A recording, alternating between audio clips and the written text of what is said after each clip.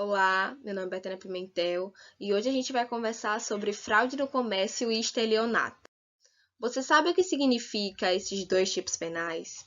Ou melhor, você sabe qual é a diferença entre esses dois delitos que estão previstos dentro do Código Penal brasileiro? O primeiro passo para compreendê-los e encontrar as diferenciações é aprender e conhecer um pouco mais sobre cada um deles.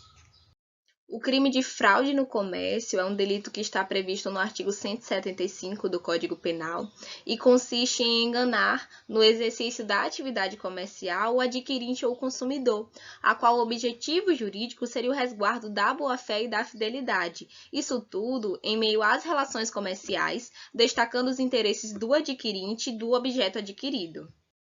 Em ocasiões como essa, coíbe-se o ato de ludibriar o consumidor ou adquirente de mercadoria, por ocasião de contratação de compra e venda, tanto escrita quanto verbal, ou entrega da mercadoria cuja venda foi celebrada. Sujeitos desse crime têm-se como sujeito passivo, ou seja, aquele que tem seu bem jurídico lesionado, o consumidor final ou o comerciante encarregado de revender algum produto.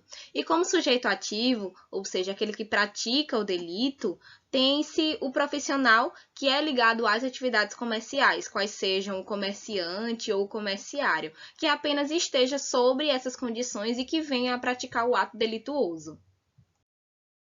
É necessário lembrar que comerciante, para o Código Penal, é qualquer pessoa que pratica o comércio com habitualidade, seja regulamentado ou não. Por isso, pode-se, inclusive, ser em casa, bastando a intenção de obter vantagem. Nesse delito, não existe a previsão para um crime culposo, impondo-se deliberada atitude do autor de vender ou entregar mercadorias viciadas em sua autenticidade ou qualidade, enquanto ciente de tal situação, e assim se materializando o dolo dessa conduta. A consumação desse delito se dá com a entrega da coisa à vítima, também admitindo que o iter criminis, ou seja, o caminho para o crime, ele seja interrompido por circunstâncias alheias à vontade do agente, e assim é possível se cogitar uma tentativa do crime de fraude de comércio. Sobre o estelionato, é um delito que está previsto no artigo 171 do Código Penal e é um crime contra o patrimônio, onde uma pessoa acaba obtendo para si ou para alguém uma vantagem ilícita. Além de gerar problemas à vítima, o sujeito ativo, o sujeito que comete o crime, ele consegue vantagem através da indução ao erro, ou seja, ele utiliza artifícios para enganar a vítima. O crime de estelionato ele acontece toda vez que se engana outra pessoa. Contudo, deve haver o objetivo de levar vantagem sobre algo. Para que haja consumação desse delito, faz-se necessário a presença da vantagem ilícita para quem comete o ato, prejuízo para a vítima, o uso de malícia para enganar outra pessoa e a indução da vítima ao erro. Dessa forma, se qualquer um desses elementos não estiverem presentes na ação, ele não será considerado um crime de estelionato. Também não há estelionato quando o crime de fraude ele atinge várias pessoas aleatórias, ou ainda quando a pessoa não possui a intenção de obter uma vantagem ilícita. Mas afinal, qual é a diferença entre esses dois tipos penais? Qual é a diferença entre o crime de fraude no comércio e o crime de estelionato?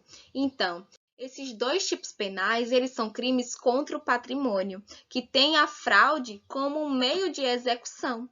Resumidamente, visam causar prejuízo patrimonial a alguém de forma dolosa com o uso de artifícios que são fraudulentos. No entanto, apesar de algumas dessas semelhanças, ambos os crimes eles não se confundem. O crime de estelionato ele pode ter qualquer pessoa como sujeito ativo, ou seja, trata-se de crime comum em relação ao sujeito ativo, porque ele pode ter qualquer pessoa como praticante do ato delituoso. Por outro lado, o crime de fraude no comércio, o agente ativo ele precisa obrigatoriamente ser comerciante ou comerciário e está em pleno exercício da sua atividade comercial. Ou seja, trata-se de um crime que é próprio em relação ao sujeito ativo. Ele é um crime próprio em relação às pessoas que podem praticar esse ato delituoso. Sendo assim, eis que a mais importante diferença entre esses ambos tipos penais está justamente na qualificação do sujeito para sua correta tipificação. Nota-se que a tipificação do crime de fraude do comércio visa não só resguardar o patrimônio da vítima, mas, como entende alguns doutrinadores, ele visa resguardar também a moralidade do comércio, uma vez que os verbos que são tutelados por esse tipo penais são típicos de transações comerciais.